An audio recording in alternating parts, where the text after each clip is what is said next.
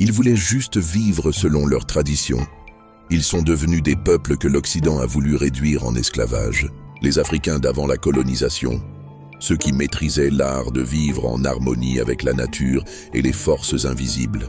Dans les vastes plaines, les forêts denses et les montagnes sacrées de l'Afrique, bien avant l'arrivée des Européens, une multitude de royaumes, de chefferies et d'empires florissaient. Des civilisations puissantes, organisées, avec leurs lois, leur hiérarchie, leur spiritualité, leurs échanges commerciaux et leurs alliances diplomatiques.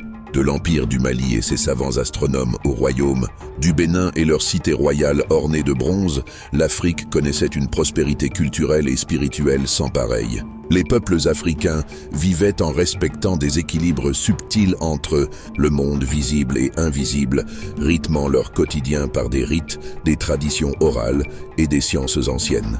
Les Dogons du Mali parlaient déjà des étoiles lointaines, tandis qu'en Éthiopie, le royaume chrétien du Négus bâtissait ses églises taillées dans la roche. Les Yoruba du Nigeria et du Bénin développaient un système religieux complexe fondé sur les orishas et la divination Ifa, alors que les royaumes du Congo et du Zimbabwe géraient des réseaux commerciaux prospères qui atteignaient jusqu'en Asie. Mais pour l'Occident, la soif d'or, de richesses et d'âmes à conquérir n'a pas laissé ces sociétés prospères tranquilles. Alors, simple mythe, rêve brisé ou pillage organisé? Je raconte des histoires que seules les archives connaissent. Dis-moi en commentaire si tu connaissais cette version de l'histoire. Abonne-toi, car tu ne dois jamais rater les prochaines vidéos.